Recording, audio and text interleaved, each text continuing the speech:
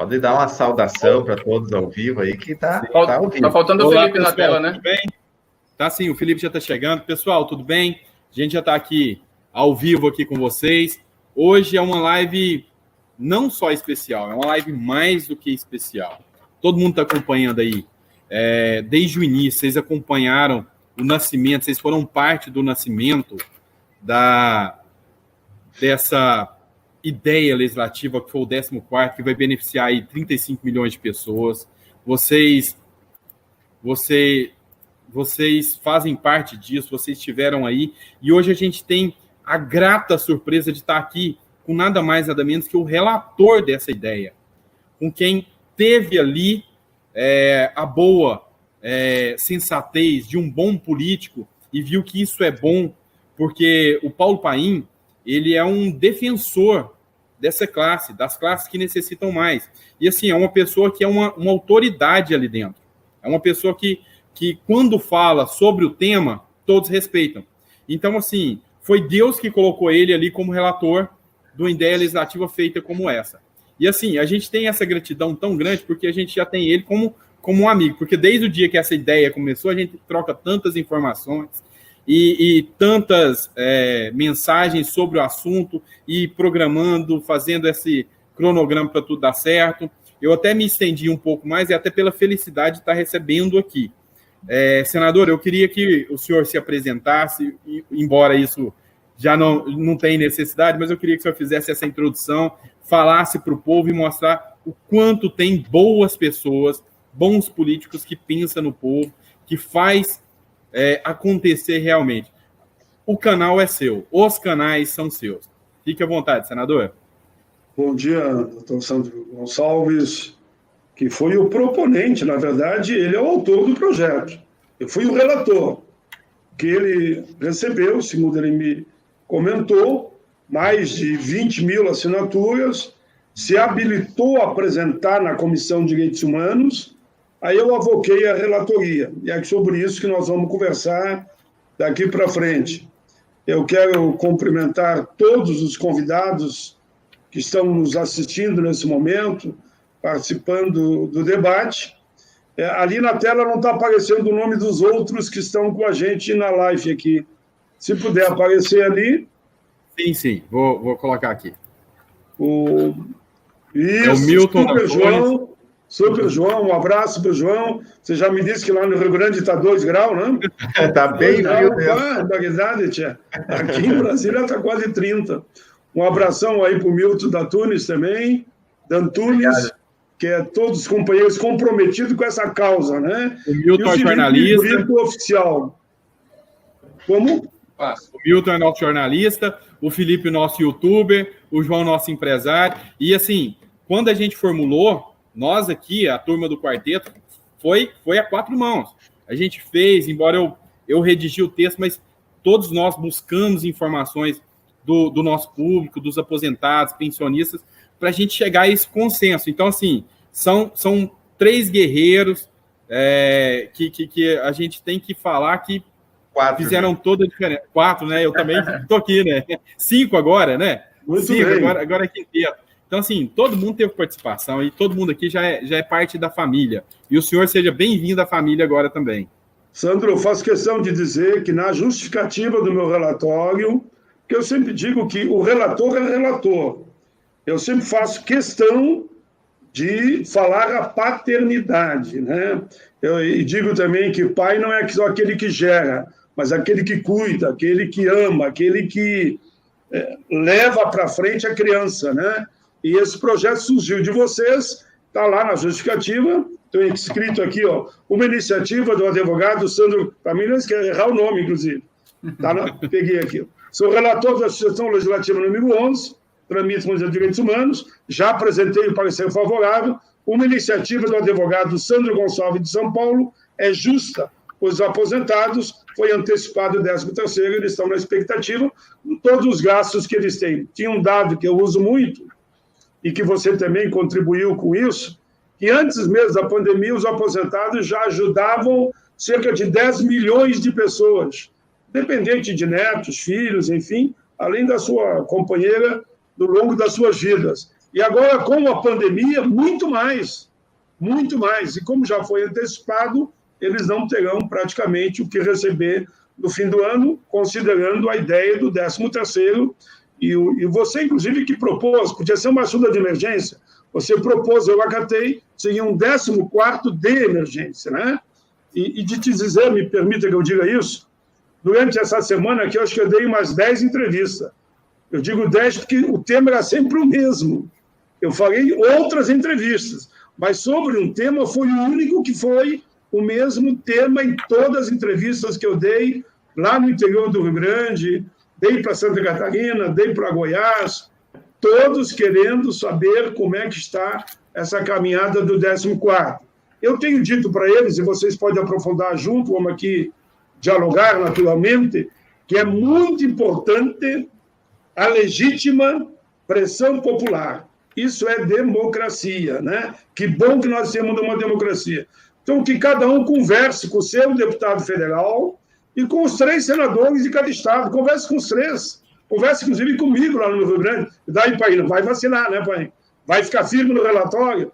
Claro, tem que dialogar com todos, que só assim é que a gente consegue aprovar leis do projeto, do Congresso. Eu sou autor de dezenas de leis. Estatuto do Idoso, da igualdade racial, da pessoa com deficiência, lei de salário mínimo. Estou lembrando aquelas que eu considero mais popular, né? Lei dos autistas, enfim. Mas por quê?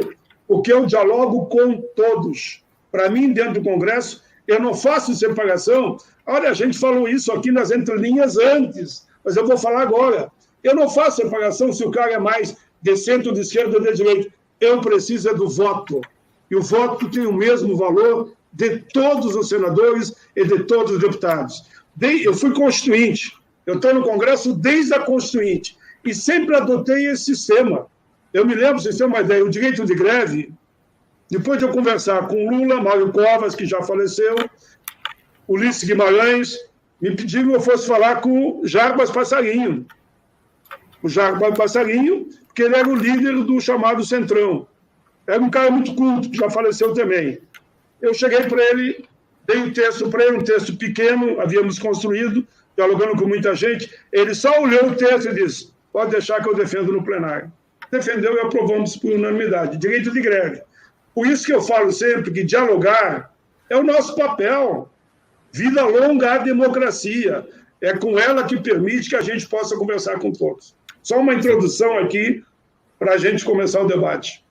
Exatamente. Eu até vou complementar, né, e enaltecer as palavras aí, né, do Paim, que a gente está com uma felicidade enorme, a gente está realmente unido com os nossos canais nessa causa aí e em muitas outras, senador, e a gente está muito feliz de ter o senhor também do nosso lado em mais uma causa nobre. O senhor já defendeu muitas, como o senhor já disse, e os nossos canais, então, até trazendo a voz aos aposentados, aos pensionistas, às pessoas que estão nos ouvindo. A gente até está, inclusive, ensinando eles como mandar e-mail, como entrar em contato com vocês. Então, o povo está levantando o poder, agora sim, está cada vez mais emanando do povo, que realmente são eles que têm que ser os favorecidos com os benefícios que o senhor e que várias pessoas estão trazendo. A gente está feliz aí de estar do seu lado, assim com os meus colegas aqui do quarteto. A gente está numa luta muito grande e o senhor sabe que as lutas elas não são fáceis, mas a gente não vai desistir. Agora, com a força do senhor do nosso lado, com certeza a gente vai conseguir.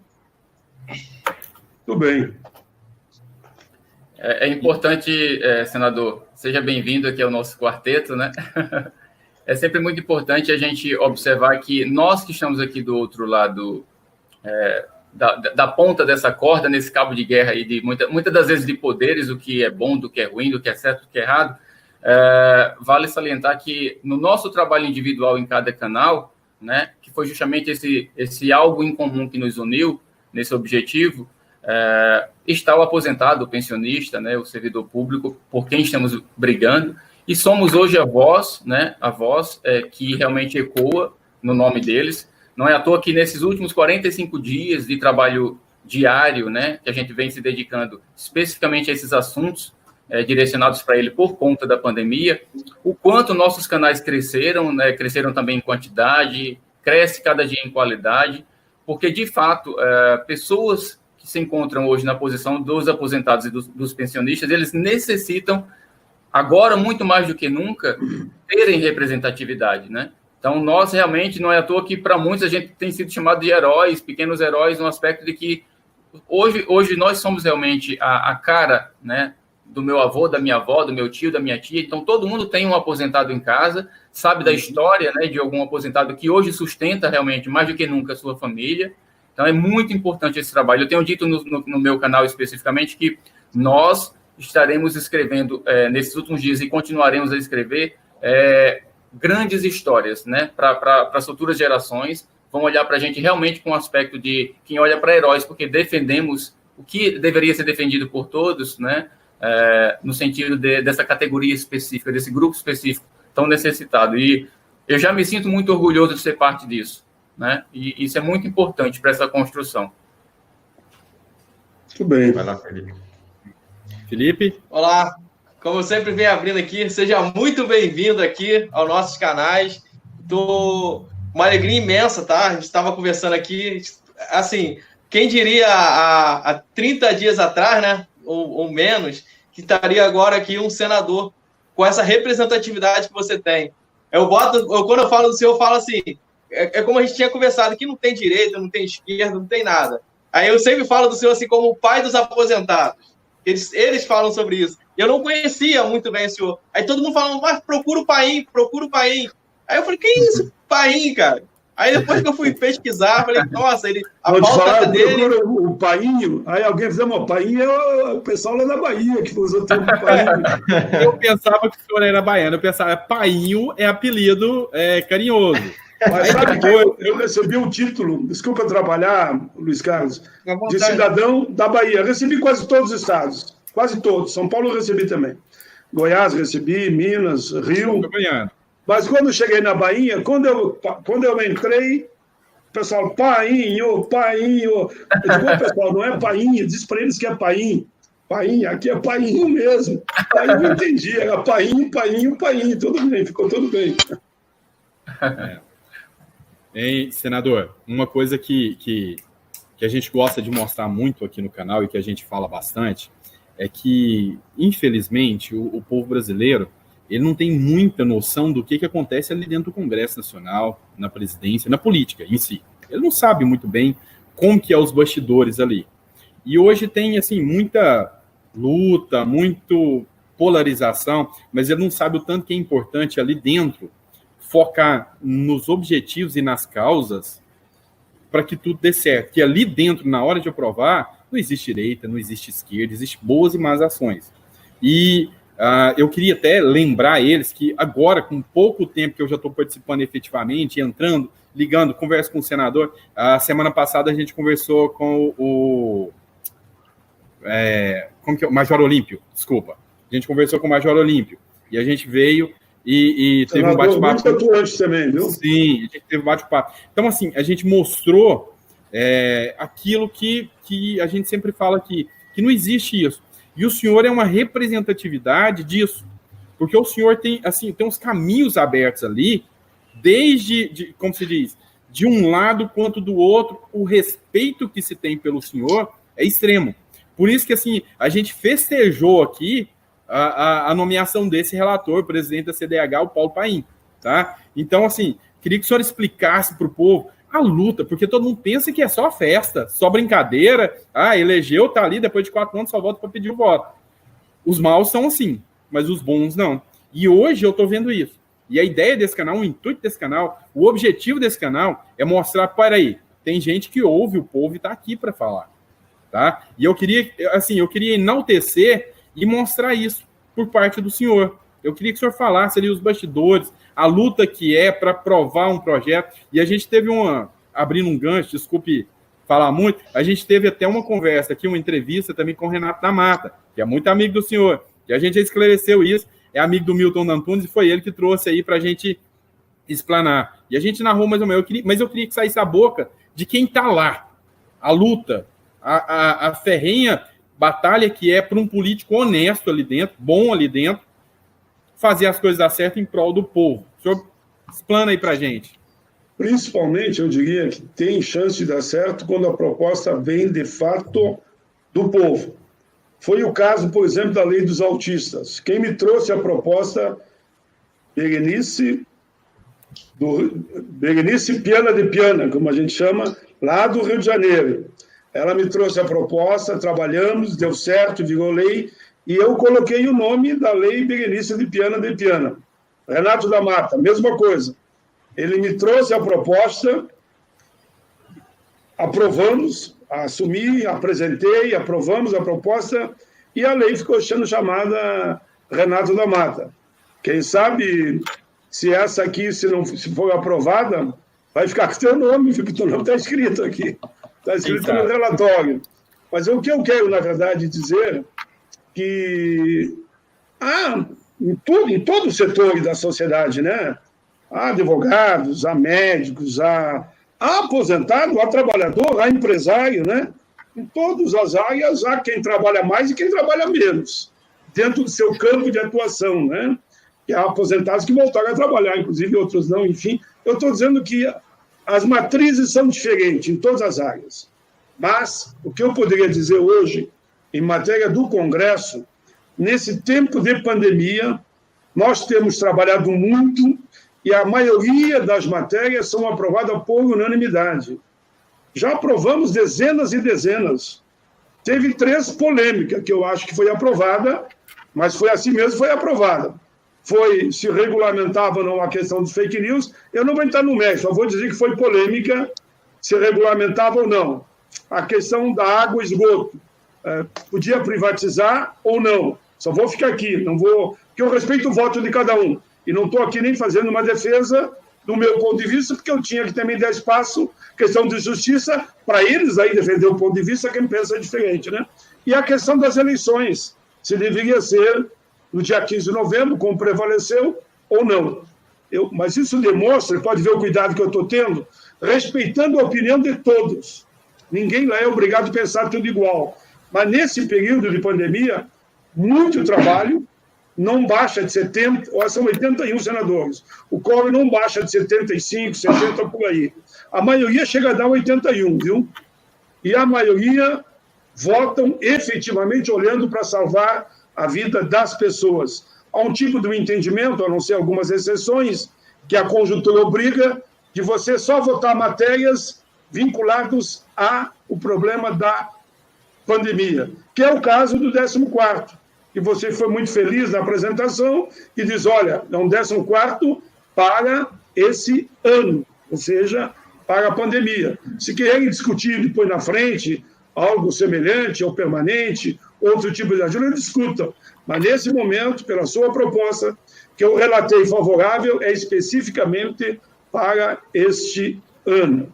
Pelo outro lado, se você quer, de fato, aprovar leis no Congresso, aquilo que eu dizia antes, eu vou só arredondar.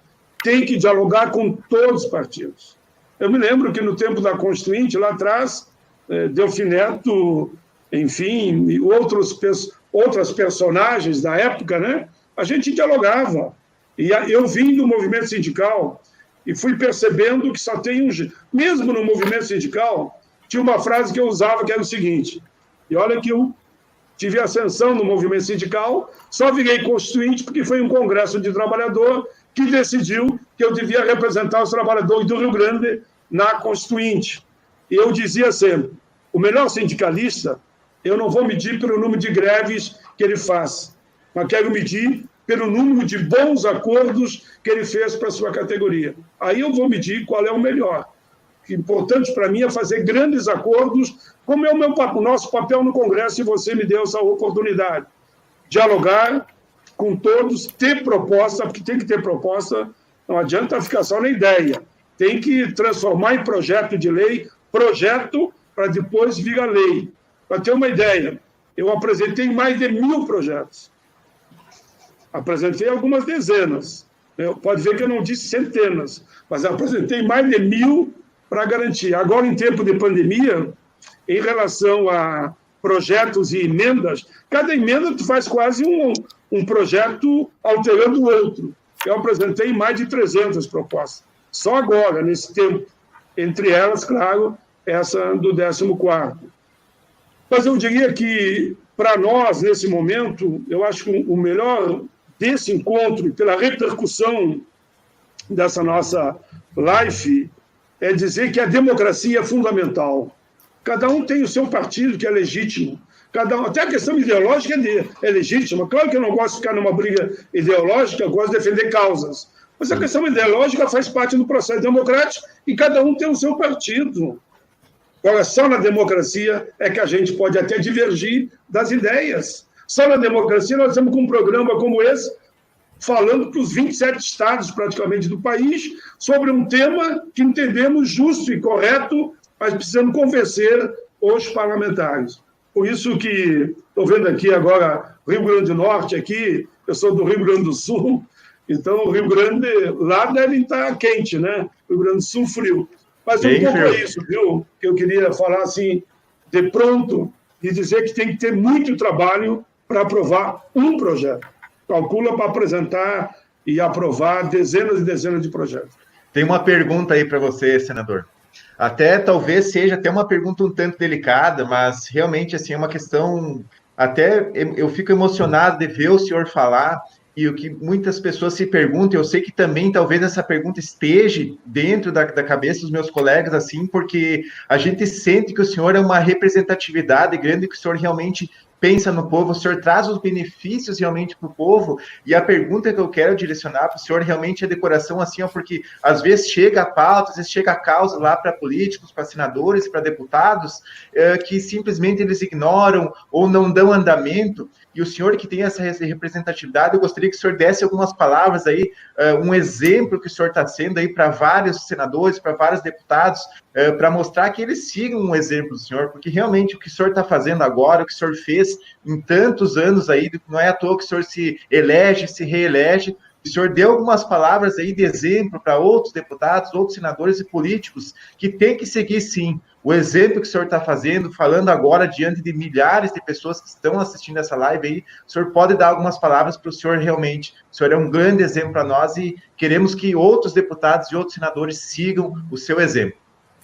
Bem rapidamente, eu entrei no Congresso na Constituinte e nunca vai sair. Então, praticamente vai fechar 40 anos direto, que outros, deve ser um dos poucos, não deve ter uma meia dúzia lá com esse período, que outros saíram, até para ser presidente da República, para ser governador, secretário de Estado, ser deputado federal, estadual, enfim. Mas eu me dediquei ao Legislativo toda a minha vida. Eu cheguei aqui porque eu devia estar com 30 e poucos anos, e já estou com uns 70 anos. Claro que vai completar 40 anos no fim desse mandato, eu me elegi no ano passado, então eu estou com dois anos desse mandato, né? Então vai ser, eu vou estar com 40 anos e com praticamente 78 anos. Por isso, e digo mais, não sou candidato mais a nada. Para que havia as pessoas pensam, não, ele está fazendo isso aí tudo, porque pensando já nas eleições, não sou candidato a nada. Então, estou com a alma muito lavada, só tenho que agradecer, primeiro, claro, ao povo gaúcho, né? O povo gaúcho que me manteve nesse período todo aqui, mas o povo brasileiro, porque eu tenho sempre na minha mente que uma leizinha que a gente aprove não é só para o Rio Grande, é para os 220, 210, 215 milhões de brasileiros. Ter essa visão e, claro, se apaixonar como eu me apaixonei, esse é o caminho, pelas causas. Teve um senador que uma vez me falou, logo que eu cheguei, que o bom projeto não é só aquele que você apresenta, mas aquele que você aprova. Por quê? Tu tem que dialogar com todos. Às vezes o projeto que tu apresenta, seja qual for, ele pode ser um ideal na minha cabeça, mas eu tenho que ouvir todo o coletivo do parlamento, ouvir a sociedade e pode ter alterações, até para melhorar o projeto. Então, um bom projeto é aquele que, efetivamente, ele é apresentado, discutido com a sociedade, com o Congresso, Câmara e Senado, e aprovar. E se dedicar a defender causas e não coisas. Porque as causas é que dão energia para nós todos. Porque eu não me quero autoelogiar, só vou elogiar na minha idade. Eu tenho 70 anos. Aí pergunto, mas como é que tem tanta energia para estar sempre lá correndo e pá, e pá? E mesmo agora, né, eu não paro um minuto nessa questão aqui do virtual. Quem me dá energia são as causas. Se você defende causas do nosso povo, da nossa gente, isso te dá energia para cada vez construir mais e ver a alegria, calcule a alegria que vai ser para esse povo brasileiro se nós aprovar o 14º, como essa é a nossa vontade. Aqui, já respondendo, calcule a alegria que a prorrogação do consignado para que ele não pague, seja adiado os pagamentos, né, seja aprovado agora na Câmara, que no Senado já foi. A alegria que é desse povo bom, agora, pelo menos por alguns meses, eu não vou ter que pagar o consignado e vou poder ajudar os familiares num momento tão difícil. Pronto, falei até demais, porque tem que responder curto para poder ter a ida e volta das perguntas e respostas. Senador, fazer uma pergunta dentro do 14º ainda, né? Que daqui a pouco a gente vai entrar mais assunto. Você falou para a gente ficar à vontade, a gente vai explorar o senhor aqui. Mas é isso aí. Vamos lá. Uma dúvida que o pessoal tem é se tem dinheiro para pagar o 14º. O governo tem esse dinheiro, esse recurso para pagar o 14º salário dos aposentados, pensionistas do INSS? Olha, quando nós iniciamos um trabalho muito intenso no Congresso, tanto do parte da Câmara como do Senado, Rodrigo Maia e o Davi, que são os presidentes das duas casas, né? A pergunta que se fazia é essa: bom, mas ajuda para o micro, ajuda para o médio, ajuda para a cultura, ajuda para os trabalhadores para que eles não sejam demitidos, essa ajuda de 600 a 1.200, que infelizmente a gente sabe que... E foi uma luta, principalmente das mulheres, essa, viu? Que na maioria dos casos quem abandona a casa é o homem. Nós temos só homem aqui, mas a verdade é essa. Na maioria dos casos quem abandona ele é a mulher guerreira, leoa, fica lá com os filhos. Então ela pode receber 2 cotas, por isso 1.200. Eu estou dizendo isso porque nós temos que olhar para frente, para o futuro, e mostrar que um país como os Estados Unidos, eles vão investir, e já estão investindo na economia, pensando no período pós-pandemia, 7 trilhões de dólares. Vamos trazer para o Brasil, vamos dizer que o dólar está mais do que 5, mas vamos puxar para 5. 7 vezes 5, 35, algo semelhante no Brasil, seria 35 trilhões de dólares. Claro que o governo investe porque ele pode emitir moeda. Então, nós aqui no Congresso, para dar essa liberdade para o governo, nós aprovamos a PEC 10, antes o Supremo foi consultado, concordou, que é um tempo de guerra. Em tempo de guerra, as armas que o governo, no caso o Estado, tem na mão, tem que ser usado. Então, ele pode imprimir moeda. E não é coisa do outro mundo, não. Porque, vocês sabem, eu vou esclarecer, porque vai ter esse debate. Congresso é Congresso, tem debate. Eu sei que o projeto fala no regime geral da Previdência, que hoje dá em torno de 5 salários mínimos. Ninguém ganha mais do que 5. Ninguém ganha mais do que 5 hoje no regime geral da Previdência, né? Bom, há quem diga, bom, mas vai ser o teto do regime? Digo, o projeto não fala... Já falei contigo, inclusive, né, doutor Sandro, que como não fica na tela, eu vou guardando o nome aqui. O doutor Sandro, já conversamos. O projeto não falava nisso. Eu dei para ser favorável ao projeto no regime geral da Previdência. Mas pode chegar no entendimento de não ser os 5 salários mínimos, ser 4, estou dando um exemplo só. Não é eu que vou diminuir. Por mim, eu mantenho como está. E nós vamos ver que isso não é uma quantia tão vultuosa, porque 80% de quem está no regime geral da Previdência ganha 1 salário mínimo.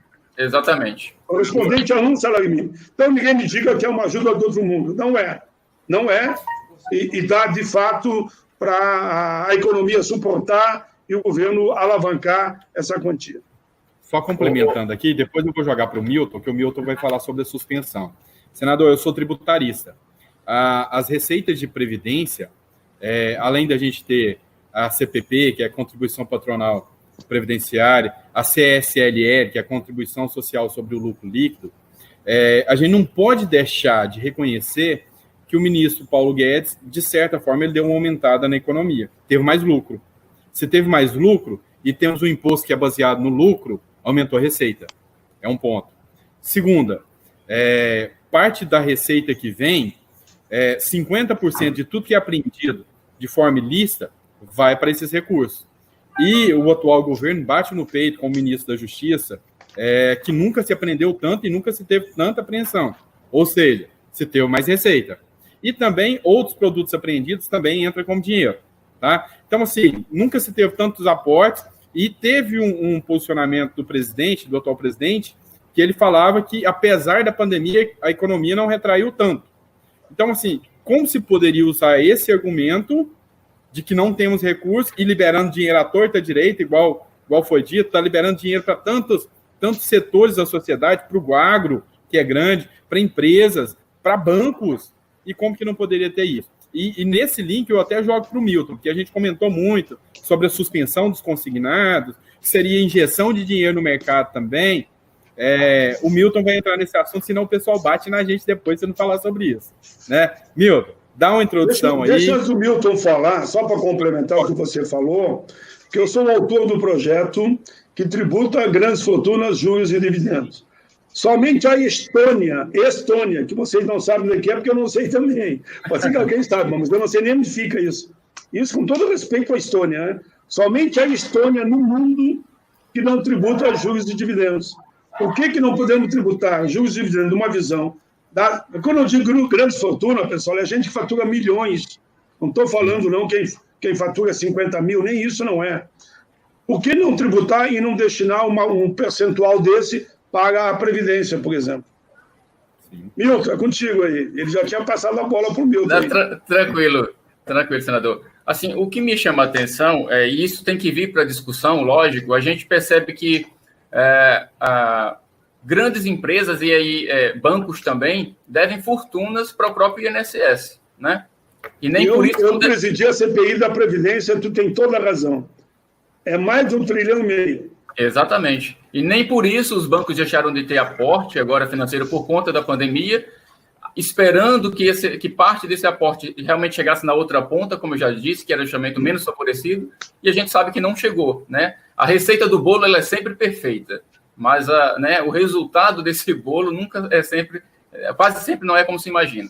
O que a gente percebe hoje é que, por exemplo, em meio à possibilidade agora, por exemplo, da suspensão sair do papel para a prática, senador, a gente está vendo aí já um certo desespero, né, da maioria dos bancos e financeiras, buscando já, através de contato, os aposentados e pensionistas para possíveis negociações aparentemente vantajosas para eles, só que, na sua maioria, pela falta, às vezes, até de conhecimento mesmo, eles acabam sendo literalmente enganados, né? E aí vão vir as chamadas repactuações, onde você vai até o banco com a esperança de ter uma provável suspensão, né?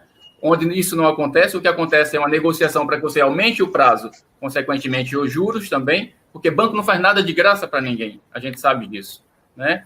Então, isso está acontecendo demais. Então, a minha preocupação hoje, a gente já está há pelo menos 4 meses de pandemia, né? Aqui na outra ponta, as pessoas têm dito para a gente, Milton, pelo amor de Deus, eu não aguento mais esperar, eu estou com fome.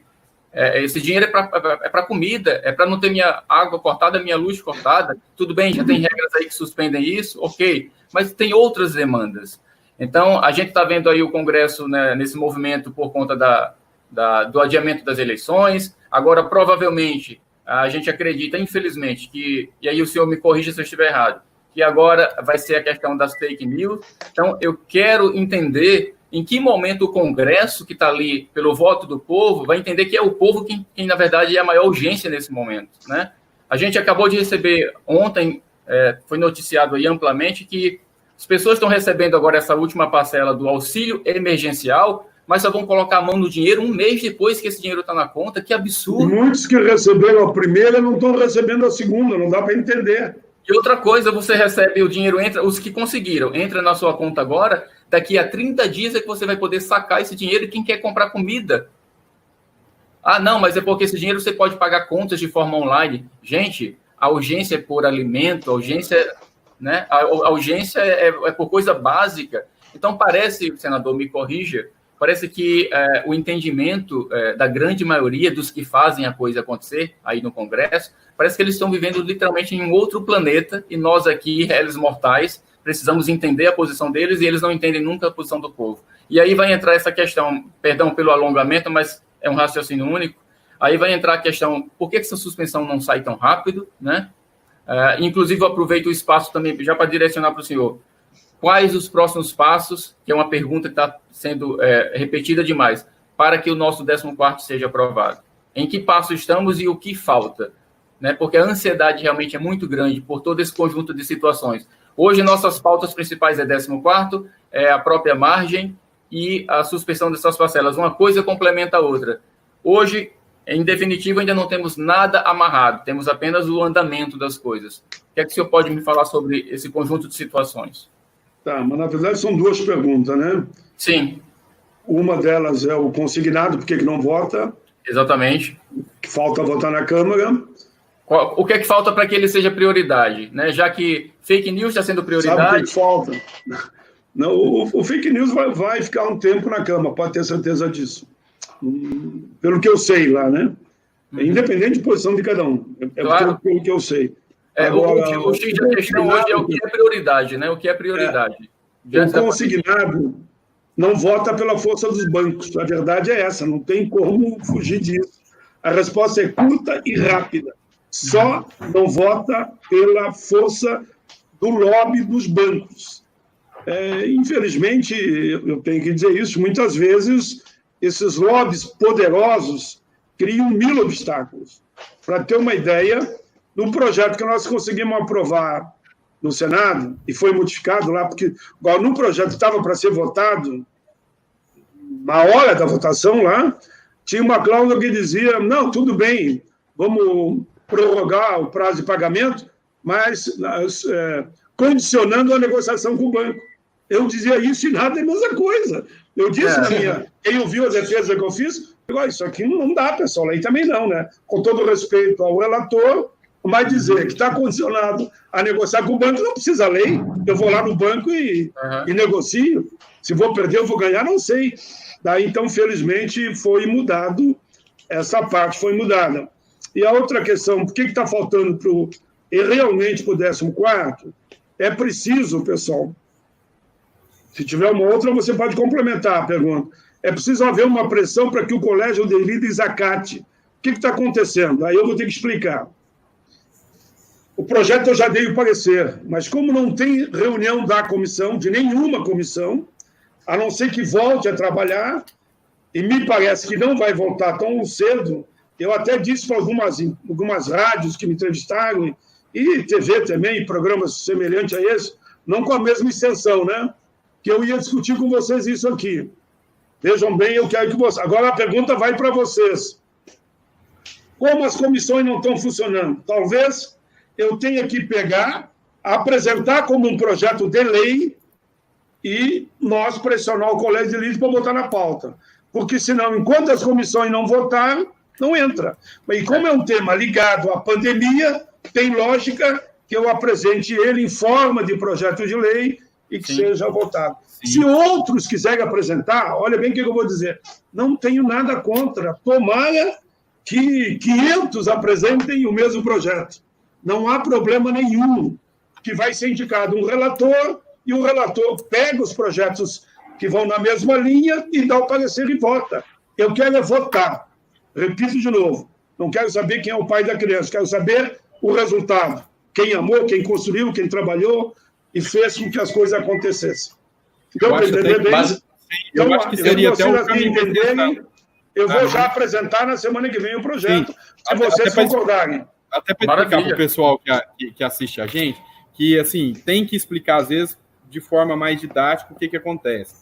É que o projeto, essa SUG, né, que é a SUG 11, ela tem que passar pelas comissões.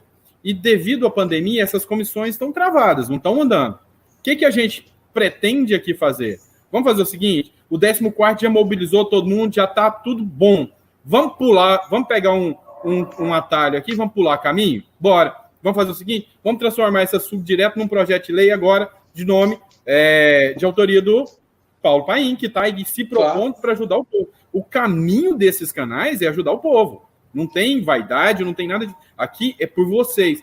E, assim, essa ideia é um favor enorme, porque é para o povo, é para ganhar tempo. Perfeito. Como se diz, estamos juntos e misturados nisso aqui. Só para dizer que na justificativa, eu repito a mesma justificativa.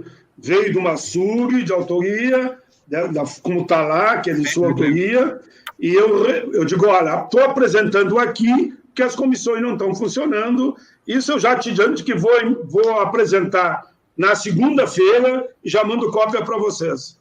Maravilha. Deixa eu até fazer um complemento, que é uma pergunta até um pouquinho quase que fora do assunto do 14º, que já saiu agora, então, que a gente vai, talvez, aí fazer esse projeto de lei que vai ser maravilhoso. Deixa eu fazer uma pergunta até para o senador, aproveitando que ele está aqui, uma pergunta que quase a gente não falou ainda, que tem muita gente no meu chat perguntando, e com certeza de vocês também, se o senador até falou que a suspensão ela é dificultada pelos bancos, certo, senador?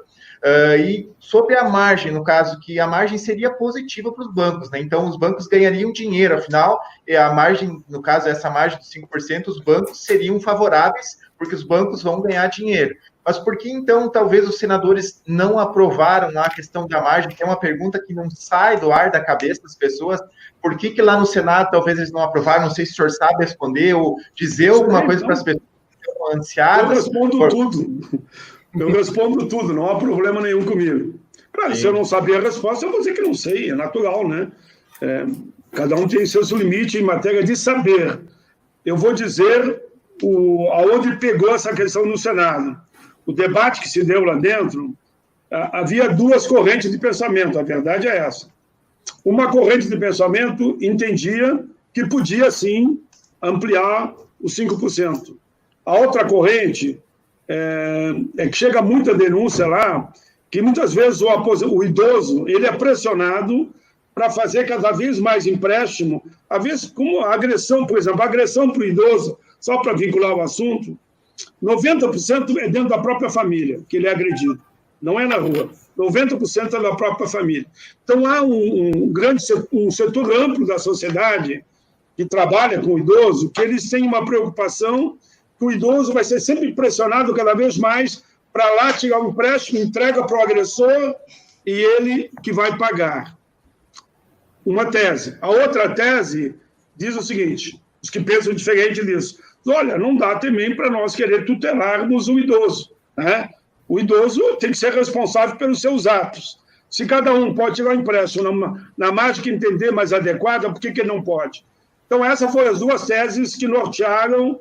E depois, como a matéria estava lá e não queria que voltassem para a Câmara, acabou sendo suprimido naquele momento. Mas existe uma série de iniciativas lá com o objetivo de voltar ao consignado. Então ela teria chance ainda, então, senador, no caso, se voltasse para lá... Tem iniciativas lá circulando com esse objetivo. Eu queria aproveitar a pressão popular também. Sim, não é aí. Que legal. Obrigado por responder a pergunta, porque era uma curiosidade grande do pessoal, porque todo mundo já estava abandonando, que a margem não tinha mais chance. Então, olha só que legal, pessoal. Ajudem aí os nossos canais a defender vocês. Tem muita gente que estava desesperançosa, que estava triste, que nada mais ia sair. A gente trouxe aí o senador, que é um cara do bem, que está falando que tem chance sim. Então, continuem nessa fé, continuem nessa esperança que tem chance sim de acontecer. No Congresso, pessoal... Tudo pode acontecer. Quando tu acha que não vai acontecer nada, aí que acontece, para o bem ou para o mal. Que legal. Aproveitando a deixa do João da margem aí, né? Nós temos uma ideia também, uma ideia legislativa sobre o aumento da margem de 5%. E o importante também da nossa ideia é a unificação das margens. O que seria isso? Porque dentro do comprometimento é 30% para empréstimo, e mais 5% para cartão, tá? Tendo em vista que o aposentado ele não pega esses 5% como cartão, ele acaba pegando em dinheiro, tá? E a taxa de juros do cartão é maior e acaba não tem um prazo determinado. Qual a nossa proposta, tá? É unificar essa margem, ele ficar livre. Já que compromete 35% hoje, deixar ele livre para ele escolher se ele quer fazer ou um cartão ou crédito consignado. Isso já aconteceu há um tempo atrás, se eu não me engano foi em 2010, que usava 20% para empréstimo e 10% para cartão. Isso foi unificado. Isso dentro da nossa proposta uma das medidas, é o aumento da margem, né? E a unificação, para ele ficar livre. Porque muitas vezes o aposentado ele vai na financeira e nem sabe que está fazendo cartão. Ele assina o contrato e entra o dinheiro na conta dele. Logo no início, que começou os 5%, só poderia fazer o cartão. E depois o banco inventou de liberar o saque. Então, tem muita dúvida aí. Eu acho que se deixar livre ele escolher tá? Ele usar a margem como ele quer, porque ele pode conseguir o máximo de 1,80, mas tem taxa também de 1,30 no consignado. Então, você tirar ele do cartão e deixar ele escolher, ó, não, eu quero cartão, quero usar como cartão sim, porque se for comparar com cartão aí fora, é bem menor o rotativo, 2,70, né? Tem cartão aí que é 10% rotativo. Mas se você trazer ele também para o consignado, é muito melhor. Ele conseguir até fazer uma portabilidade. Por exemplo, com a mesma parcela, a gente estava fazendo a conta aqui, com a mesma parcela, se ele for fazer o cartão, ele pega em torno de R$ 1.400. E ele não tem um fim, né? O pessoal fica liberando saque para ele. E com a mesma parcela, se ele for fazer o consignado, ele pega em torno de R$ 2.400. É R$ 1.000 a mais para quem ganha um salário mínimo. Então, você dá essa liberdade para o aposentado escolher se ele quer fazer o cartão ou consignado, seria uma das nossas justificativas aqui. E aumentar essa margem de 5% é o que a gente vem batendo desde... Qual era a justificativa? Era o seguinte, é tirar ele das agiotagens legalizadas. Eu tenho que falar aqui, que é umas financeiras que cobram de 23% a 30% ao mês. E pasme, qual era a minha justificativa? Além de ele pegar 35% no consignado, ele acaba pegando mais 30% nas outras financeiras que descontam direto na conta corrente, e às vezes ele sai de uma, vai na outra e pega mais 30%. Então, às vezes, ele está usando 95% da renda dele para empréstimo. Eu tenho visto aqui pessoas que têm salário, não conseguem receber o salário. Então, eu queria... Então, a justificativa da margem não é tirar 5% do aposentado. Não, a maioria que a gente tem conversado é que eles vão pegar esse dinheiro, vão nessas financeiras que cobram de 23% a 30%, que eu acho um crime, deixar registrado aqui um crime, e trazer o salário dele de volta. Não é tirar 5% do aposentado, é realmente ir lá e quitar essas financeiras. Então, nós temos uma ideia legislativa também que fala sobre o aumento da margem e a unificação. Hoje ela está com 11.938 apoios, tá? É isso que eu queria falar aqui para o senhor, para levar esse entendimento também ao Senado, né? Que a gente está aqui na ponta, a gente está ouvindo. Muita gente está, pasme, tá, o senador? Tem gente, claro que a maioria prefere a suspensão, mas muita gente prefere a margem do que a suspensão do consignado. Então, temos que olhar os dois lados, porque justamente não adianta nada suspender o consignado e ele continuar pagando 23%, 30% descontando na conta corrente dele. Ele não vai ser atendido. O crédito pessoal não vai suspender se sair a suspensão. Não vai suspender. É o que sufoca ele. E o pessoal está pedindo aqui... Eu estou entendendo. O ideal está pedindo qual os passos. O ideal seria que ninguém precisasse ir no banco, né? O ideal seria. Exatamente. Mas como eu disse antes, eu mesmo no argumento que usei, isso é o ideal. Entre o ideal e a necessidade imediata há uma distância. Eu estou entendendo os argumentos que vocês estão usando. Essa proposta de ampliar os 5%, ela veio da Câmara dos Deputados. Sendo bem franco, o que eu sinto é na Câmara dos Deputados que estão construindo uma outra proposta que poderá ir a voto. Se for a voto na Câmara, é virar para o Senado. E claro que aí temos que interagir com todos para caminhar numa linha de entendimento. Senador, eu acho importante que uma coisa tem que ficar muito clara. Inclusive, eu quero até lhe parabenizar, eu não fiz isso agora há pouco na minha fala, lhe parabenizar pela forma que o senhor, né, deu o seu voto, né? Foi realmente foi incrível, né? As palavras que o senhor colocou muito bem. A gente sabe também que a pressão é muito grande em cima de pessoas como o senhor, porque, querendo ou não, o senhor é uma referência, né, ali no Senado, pela sua história, e isso é muito importante. E eu quero puxar o gancho agora, complementando a fala dos meus amigos, aí vai parecer um jogo aí de o que é melhor, mas não é esse o intuito, mas a gente não pode esquecer que com a aprovação da suspensão, que está tendo sim essa resistência lá na Câmara agora, por conta desse lobby dos bancos, a gente sabe e não pode esquecer que a suspensão não vai ser meramente os 4 meses, ou, como diz o texto, enquanto durar a pandemia. Lembramos que, ao acontecer a suspensão, o valor da parcela ele vai ser reintegrado ao salário dessas pessoas. Ou seja, elas vão ter um valor que elas não estão contando com eles nesse momento, né, para complementar essa renda e, em algum aspecto, lógico, entendam, evitar que ele procure realmente fazer um novo empréstimo consignado, usando essa margem, caso ela seja aprovada, ou até alguma que ela possa ter, E isso já vai ajudar no equilíbrio das contas. Porque a partir do momento que você suspende, você já sabe que isso vai ser jogado lá para o final do seu contrato, sem nenhum ônus a mais de juros ou coisa do tipo. E automaticamente você vai ter o fôlego, né, da reinserção dessas parcelas no teu salário como um todo. E isso, de certa forma, já vai ser uma forma de você ter a renda complementada também. Então, a gente precisa dar essas orientações, às vezes, ao nosso público, ao aposentado, para que ele entenda que é necessário o equilíbrio das contas, para que realmente ele não se endivide mais. Porque hoje a gente entende... ontem eu apresentei uma live com um colega que falava um pouco de economia, dando algumas dicas, mesmo para quem tem pouco ou quase nada, é possível algumas mudanças de hábito e a gente realmente economizar de alguma forma. Principalmente nesse momento de pandemia, onde a gente precisa reaprender muita coisa, a gente está no momento de aprendizado mútuo, né, contínuo.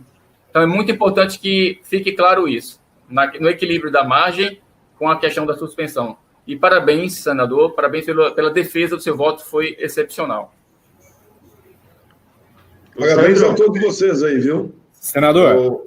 O pessoal está pedindo para o Sandro aí falar, então, quais são os passos aí que a gente vai fazer para o 14º aí, Sandro? Beleza. Falar. Não, os passos agora é o seguinte. Já que o 14º a gente está, como se diz, travou, porque as comissões só estão analisando questões, só analisarão depois da pandemia, eu vou fazer uma reunião com o senador, se ele permitir. A gente vai definir critérios e agora vai virar um projeto de lei. A gente vai dar um salto de, vamos dizer aí, de uns 20 dias, que seria o prazo médio das comissões analisarem.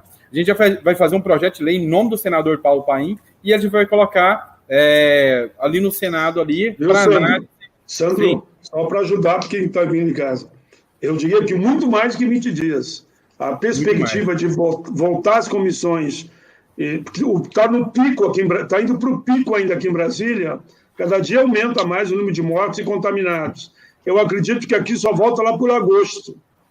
Então nós podemos avançar no tempo e apresentar na segunda. Podemos até conversar hoje à tarde. Sim, e como ele trata especificamente do Covid-19, ele tem que tramitar com urgência ali dentro. E eu sei que é uma pauta que dificilmente alguém vai ter coragem de vir contra, porque é humanitário. Inclusive, no voto do relator, ele falou, eu entendo que é uma pauta humanitária. Então, assim, eu acredito que a gente vai conseguir muita coisa em cima disso, tá? Então, agora é fazer essa reuniãozinha, fazer já o PL, já apresentar e pressionar os líderes do Senado para a gente conseguir essa votação o mais rápido possível e também a gente lembrar do Davi ali para colocar isso em pauta o mais rápido possível. E pedir a Deus para o relator ser... o senhor vai ser o proponente, não pode ser o relator, mas o senhor vai escolher bem o relator.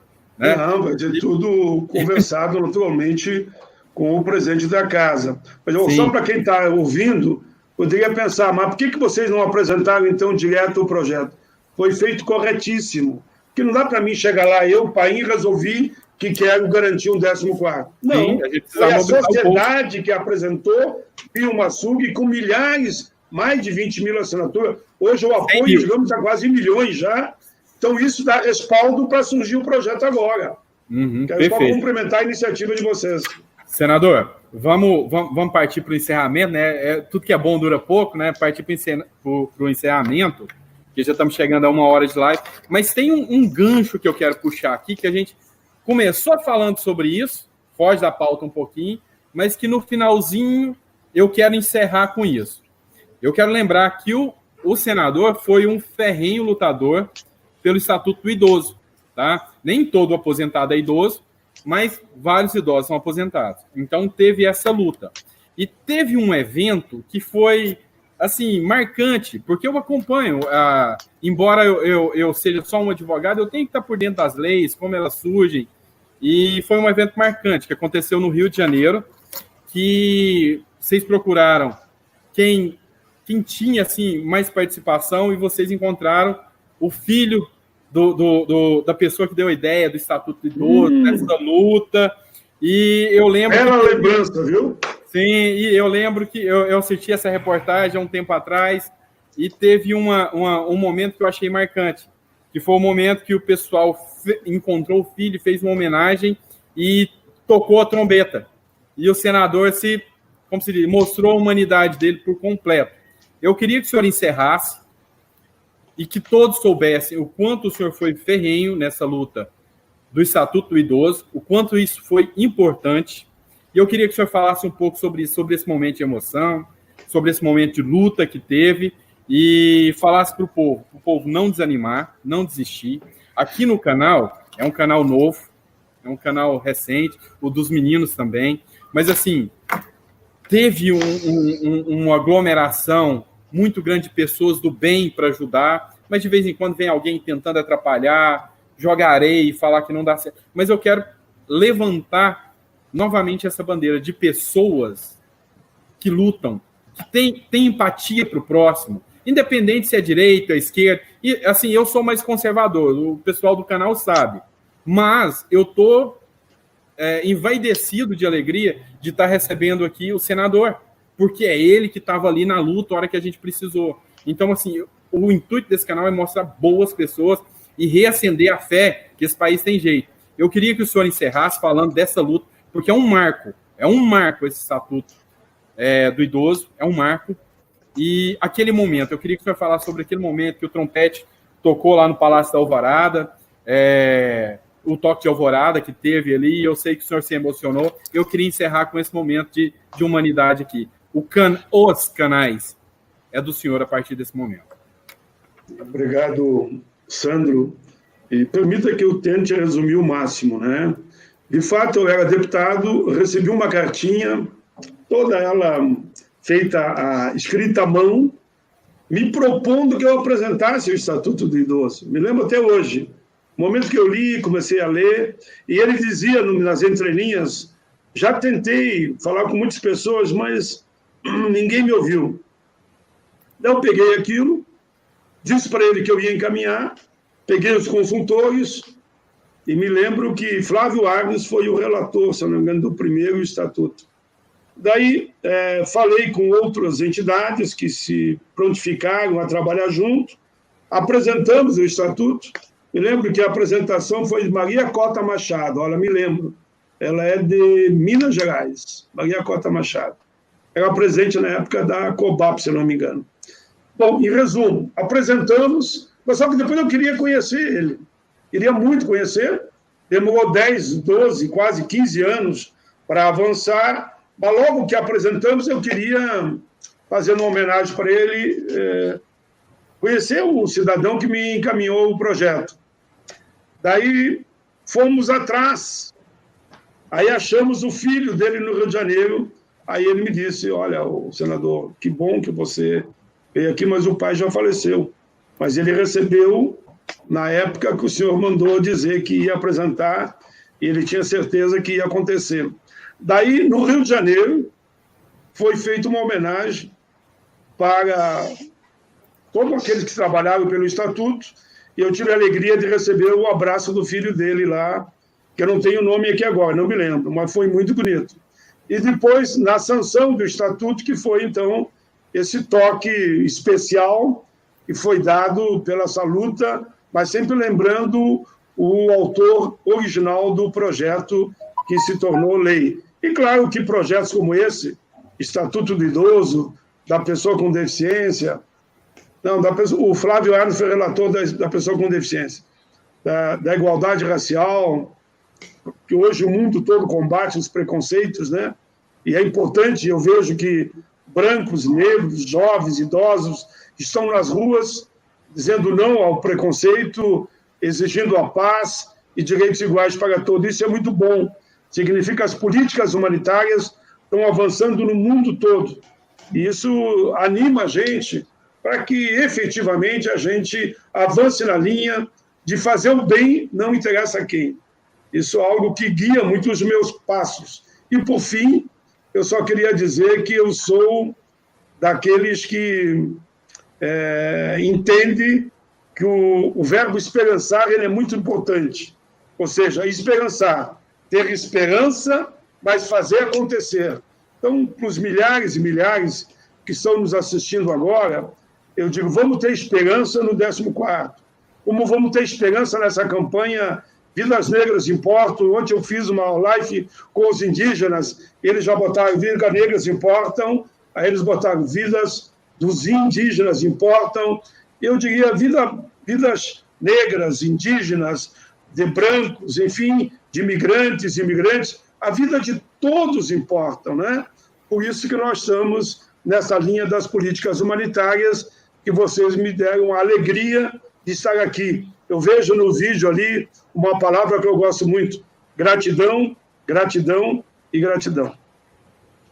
Então, vou fazer também nessa da parte, já partimos para o encerramento, aí já estamos no fim, então não tem como deixar agradecer, e uma frase que eu sempre falo aqui, senador do meu canal, o canal do Super João, é juntos de coração, que a gente faz a diferença, é o agradecimento do nosso público e todos os canais aí pelo senador. Você está dando essas palavras aí de esperança e palavras verdadeiras, porque já tinha muita gente desacreditada do 14º, da suspensão, da margem, e hoje o senhor trouxe essa esperança de volta. O nosso agradecimento de coração, os nossos canais vão estar sempre abertos. Um abraço para o pessoal aí que está compartilhando a live, que está deixando like, que é importante também para todos os nossos canais aí, para a gente está sendo a voz dos aposentados, dos pensionistas, e não tem como não estar feliz de coração de estar junto com vocês. O meu agradecimento mesmo de coração por o senhor estar aqui e por todos que estão nos ouvindo aí. Passo a palavra aí para o meu amigo Milton também.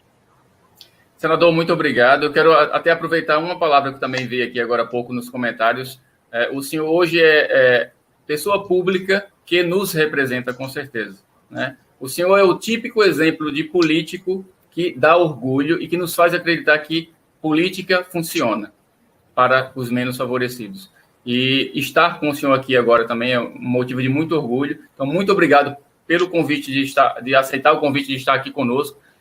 Como já falei anteriormente, mudarmos essa história. A gente está escrevendo mais uma história aí muito linda para daqui a 10 anos a gente lembrar, né, com muita satisfação, muita alegria. Então, muito obrigado. Obrigado a você, aposentado, a você, pensionista, que tem acreditado no nosso trabalho também, nos nossos canais, no quarteto. Nosso compromisso é esse, é usarmos de exemplo, como exemplo, o senador Paim, e dizermos a vocês que continuaremos por essas lutas e por outras que virão certamente. Obrigado.